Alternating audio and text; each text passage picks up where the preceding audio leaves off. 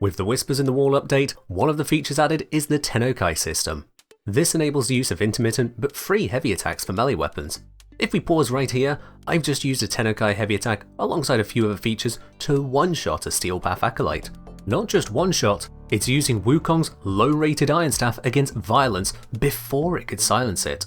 So how does Tennokai manage to give us a big, thick stick like this? I'm the Engineer, let's solve a practical problem.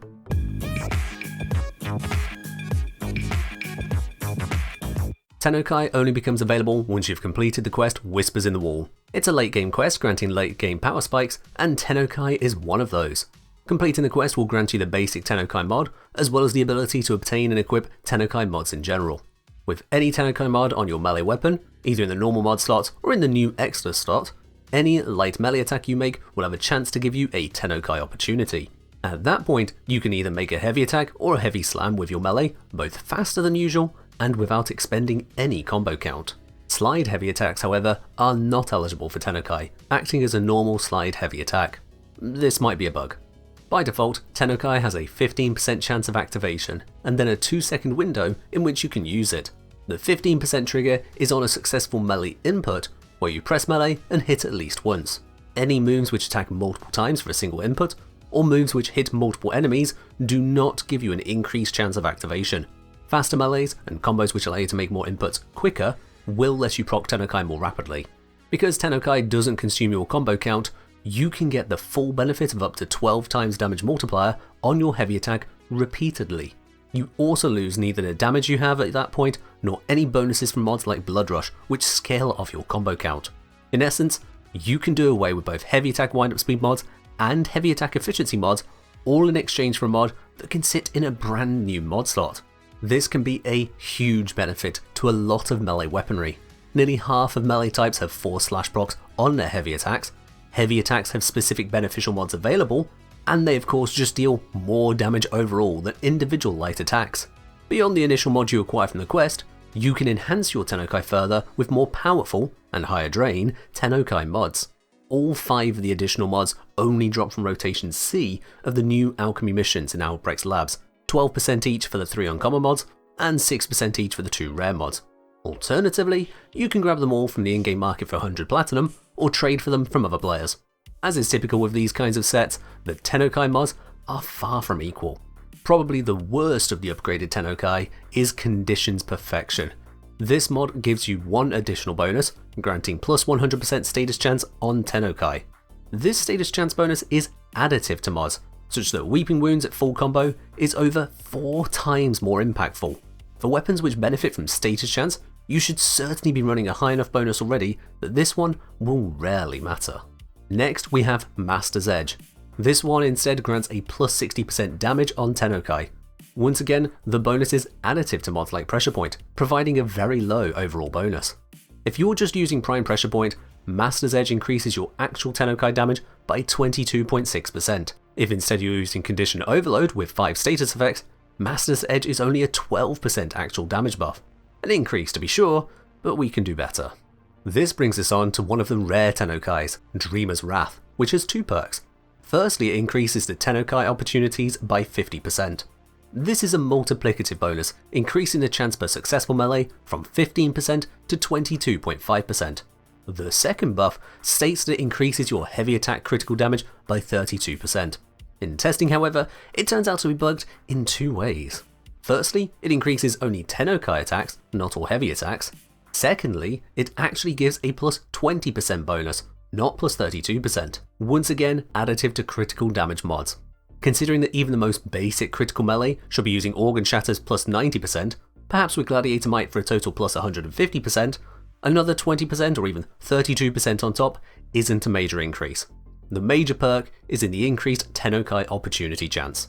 However, for more frequent opportunities, you can instead turn to Discipline's Merit. This rare Tennokai mod has a single feature, removing the chance-based mechanic in favour of guaranteeing a Tennokai opportunity every 4th successful melee. Again, ignore the mod saying 4 melee hits, it's successful melee inputs that count. Not only does this mod make it a guaranteed activation point, it's increasing the effective rate to a minimum of 25%. What's more, if you perform additional melee attacks while the window is active, but before using your Tennokai, it begins counting towards the next opportunity anyway. So for example, if you do 4 successful melees, you see the opportunity pop up. Before reacting to it, you might make 2 more successful melees, contributing 2 times to the next window. You use your Tennokai attack, then make 2 more successful melees, opening up the next opportunity quickly. This can only carry forward a few hits. If you get in 4 or more hits while the opportunity is active, then the counter just resets without triggering a new opportunity nor extending the current one. This quirk is only a mild convenience should you attack a little overzealously. The biggest boon for Discipline's merit is the consistency. With a 15% base chance, your Tennokai opportunity might show immediately, 15% of the time it will. It has a 27.8% chance of showing up within 2 successful melees, 38.6% in 3, and 47.8% in 4. So 1 in 3 times, a normal Tennokai would show up sooner than Discipline's merit, and then only if you didn't carry over any attacks. Conversely, there's a greater than 50% chance Tennokai would show up later than with Discipline's merit. 27% of the time you could swing 8 times without an opportunity, 14% of the time after 12 swings, and still 4% of the time after 20 swings. While that's only some of the time, melee attacks and Tennokai opportunities are common enough that you'll feel the drought soften. Discipline's merit removes that entirely, always ensuring a constant tempo of Tennokai opportunities and allowing you to feel for the rhythm so long as you make successful attacks. From experience, this makes a huge difference. Lastly of the Tennokai mods is Opportunities Reach. This mod provides a 2-part extension to your Tennokai, first to improve the window of opportunity from 2 seconds to 4, and second to increase the range of Tennokai attacks by 3 meters. The increase in the opportunity window at first may appear to be quality of life, but it gives you a significant increase to the time you can take to position yourself for an ideal Tennokai. This makes it easy to set up strikes in the perfect spot rather than just sending your heavy attack the moment you get it. With all of these Tennokai mods, any number of them can be equipped at once. You can use both Discipline's Merit and Opportunities Reach for both the consistent opportunities and longer window to use them. Alternatively, you could stack Master's Edge and Dreamer's Wrath for maximum damage bonuses. Naturally, you can't stack more than one mod in the Excellence slot, so any further choices would come at the cost of a different and potentially more powerful mod. It's up to you to choose wisely there. The only notable exception to the stacking of Tennokais is with Discipline's Merit and Dreamer's Wrath. The increased chance of Tennokai opportunity is entirely ignored in favour of the fixed 4 successful melees feature. Beyond what the mods say, there's really not much thought you need to put into it. With an Excellence upgrade, you can raise your melee output far above what normal attacks can put out in most cases. And when I say far above, it's time to bring back WUKONG. WUKONG's Iron Staff is in many ways weak. It's primarily impact, has a 25% critical chance with just a 2x critical multiplier, and can't use various mods including Blood Rush. However, we can apply a lot of recent upgrades to change this. First, we ramp up the critical chance through Kalervo's Wrathful Advance. Popping that onto WUKONG, we get a huge bonus to criticals that applies as a flat value after all mods. I've replaced the 1 on WUKONG to enable the use of Defy for armor, and also to not have the clone run off distracting enemies, as it won't use Iron Staff correctly anyway. Secondly, we ramp up the critical damage with the new Violet Archon shards. One of the options these bring is a 25% critical damage bonus on melee, buffed to 50% if we have over 500 max energy, which WUKONG can achieve. 4 of those then is a 200% critical damage bonus, stacking additively with critical damage mods like Organ Shatter and Gladiator Might. I've saved the final shard for starting energy to go in at full power. And finally of the recent upgrades, the Tennokai I've just outlined to you.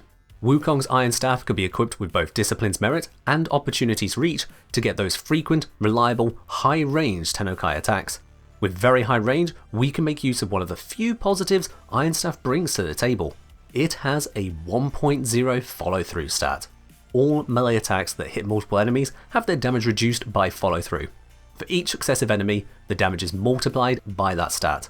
On weapons like the Cronin Prime, this means the second enemy takes 60% of the damage, the third takes 36%, and so on down.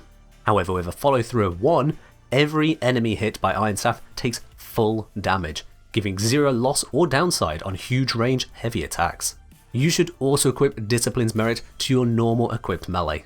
Not only does this give it Tennokai 2, in case you run out of energy or get nullified, it also is the only Tennokai mod to stack from your normal melee to the Iron Staff. This grants you a Tennokai opportunity every 2 hits rather than every 4. This might also be a bug, but it's a buff we can enjoy while it exists to get ridiculously reliable Tennokai attacks. Bringing this all together with a 12 times combo, a high strength and duration Wukong, a fully modded Iron Staff, and all the correct Archon shards, we can one-shot Acolytes, tear through heavily armoured Grineer without needing to debuff them first, and constantly heal up for a long-lasting health tank that's Steel Path viable. Prior to Whispers in the Wall, this wouldn't have been remotely possible to do. Tennokai may only be one part of the effect, but it's a huge part in bringing that constant 12 times multiplied heavy attack. You can certainly take this even further with the likes of Baruch and Valkyr, but they were already effective killers. With this, you can return to Monkey and play with your big, thick stick. This guide should give you all you need to know to choose which Tennokai mod is right for you. Most of the testing for this was done live on Twitch, so drop a follow there now to catch future streams as they go live. And as always, grab stick, build thick, and fight well, Tenno.